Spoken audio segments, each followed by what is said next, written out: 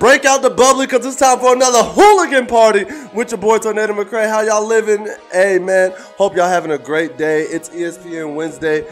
And today, the new changes of the NBA are also about to take effect starting next season. One of those changes, obviously the in-season tournament that's coming up.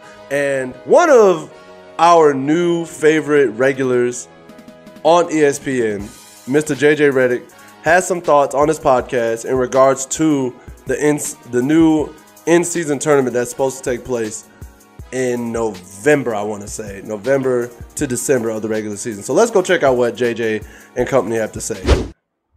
Oh, snap. You got Gabe Vincent on here too. Word. Even better. Let's check it out. Before we let you go, I do want to get your thoughts because you are our first guest since the details of the in-season tournament have come out. As far as I know, there will be 6 groups of 5 teams. Mm-hmm. The teams will be drawn at random, but based upon record from the previous year. You're going to play within your conference.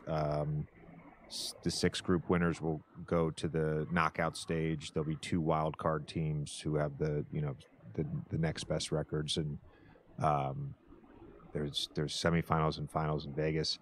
Well, you got me. By all accounts, it doesn't make sense.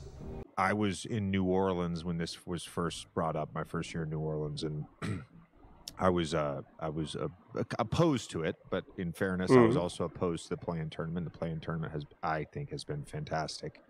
Do you have any thoughts on the play-in tournament and sort of what it will mean, what it will not mean to players, and the importance of it? Yeah, I mean, real quick on the play-in, I would say I had the same feelings as you. Like, I was against the play-in at first, and I think it has been good for the game. I think it's made it at least a little more competitive. In terms of the in-season tournament, it does not make the most sense to me, candidly speaking. Being the quote-unquote best league in the world in terms of basketball, it didn't make sense to me to copy what other leagues were doing. But what do I know? I'm just a player. No. But hey, Gabe. What do we know? Yeah, there it is. What do we know, bro? We just some skinny brothers with 2 tats. You just a player. We get it. But having made a few deep runs, it didn't make sense to me how the bonus would be more than if you were in the finals. And for me, like, that takes away from the point of it all, right? We all play to raise the Larry O'Brien Trophy and to go down that parade and to win and be called world champion, and to kind of have an incentive that's greater in January for, I don't really know what the mid-season tournament means. Does it give you a better seeding in the playoffs? Like, is there any perk other than a little payday? You get the cool trophy that they unveiled. That's a good question. Yeah, thank you, Gabe. One extra game. We're going to address that. That's true. So do you want to win? Are we going to see teams try to lose? Like, it's interesting to see what will happen, especially you get to the playoffs. It's typically the healthiest team that has the best chance down the stretch. We've got the numbers right here. So if you win the championship, you get an extra $500K. If you get to the finals of the in-season, you get $200K. If you get to the semifinals, you get $100K. And if you get to the quarterfinals, if you're one of the 8 teams that qualifies for the in-season tournament knockout stage, you get $50K. To your point about your playoffs, so that everybody knows, bro, when you make the playoffs, every team gets a playoff share that gets divided up amongst players and staff. And a lot of times, like, I did this my last probably 6 or 7 years, the older players will generally, if you don't make a deep playoff run, they'll just give up their playoff shares so that the people on staff don't have a share. They split it up evenly, and they all get a little bonus at the end of the year. Right. What was your share this year for making the finals? NBA finals. I a 2-month process where you played the most competitive, heated, I didn't even know pressure-filled basketball of your life. Well, no, that makes sense. I ended up with 200. So 200. I was a little confused in hearing the 500 for the mid. So if you lose the NBA finals, you end up with 200. But if you if you lose in the in-season tournament after playing, I think that's rounds out to about 6 or 7 games. Right. You get 200. It's interesting, man. I'd rather get a ring personally. For sure. I'd rather win the mid-season tournament and get a ring. You know, but if I had to choose one, I know which one I would pick. Thanks. JJ, do you think there's going to be discourse about guys choking in the mid-season tournament? Right. How does this add to guys' legacy? Not winning. Listen, I think he's the top 20 player ever. He's got 2 MVPs in the regular season. He's got a finals MVP. He's got 2 championships, and he's got 3 in-season tournament championships. It's like, what? Yeah. The hell? You know what? I'm going to withhold judgment for at least. Yeah, I'm curious. I'll give it 2 years before I really buy in or really rail on this thing. I'm prepared. I'm prepared, Gabe. Just so you know, I'm prepared to rant on this podcast if the in-season tournament sucks. Awesome. So, I mean, as of now, that's kind of where I stand, but I could be wrong. I could just have a biased opinion, but the game changes and evolves constantly. So we'll see what happens next.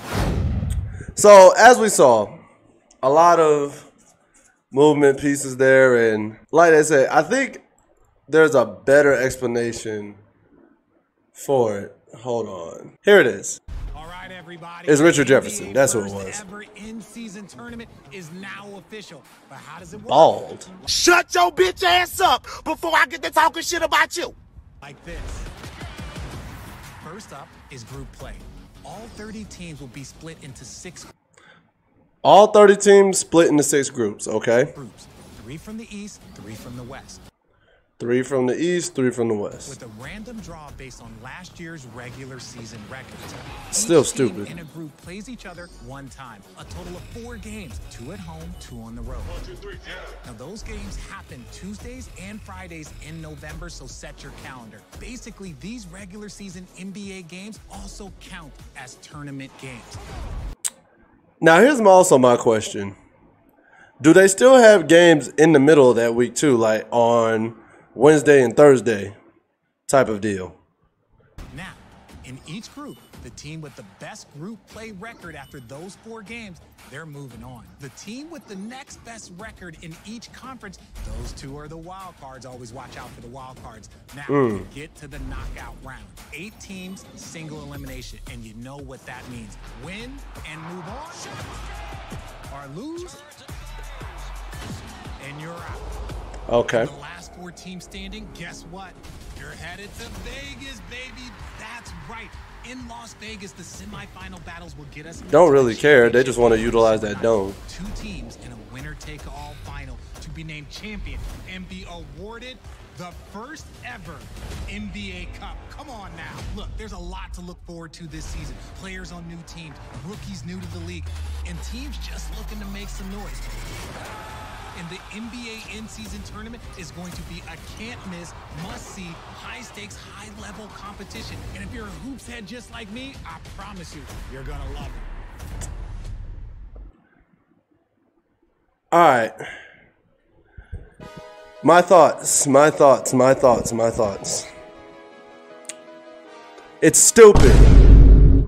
And here we go. It provides no incentive. It really doesn't. The idea behind the midseason tournament would make sense to me if you're given a really good incentive for winning, such as A, you are automatically given home court advantage in every game 7 throughout the playoffs that you play in. B, you are guaranteed an automatic spot in the playoffs. Or C, you're guaranteed a top 5 spot in the draft. I think those 3 incentives, take away the cash and make those one of the final incentives, teams will want to play harder. Because think about it, if we were to do this last year, you do the midseason tournament, and let's say you guarantee that you get the #1 overall pick.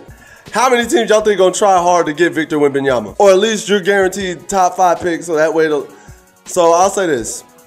You're guaranteed the #5 pick in the draft. The 4 worst teams will get obviously they'll do the lottery, everything on that. But the winner of the in-season tournament automatically gets the #5 pick and then they sort it out from there. Or you do the automatic playoff berth for teams such as who missed the playoffs, like the Thunder. Let's say the Thunder would have won.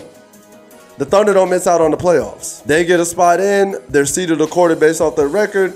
The next lowest team gets bumped out. Or you're automatically given home court advantage in a game 7 or in every game 7 you play in. That seems like a pretty good incentive. To me, those incentives would make the midseason tournament worth it, because I'm thinking about how in baseball, I don't know if they still do it now, but in baseball, the winner of the All-Star game used to the league that won the All-Star game used to automatically get home field for the World Series. What? What the fuck? Yeah, that used to be a thing. I don't know if it still is, but it definitely was a thing.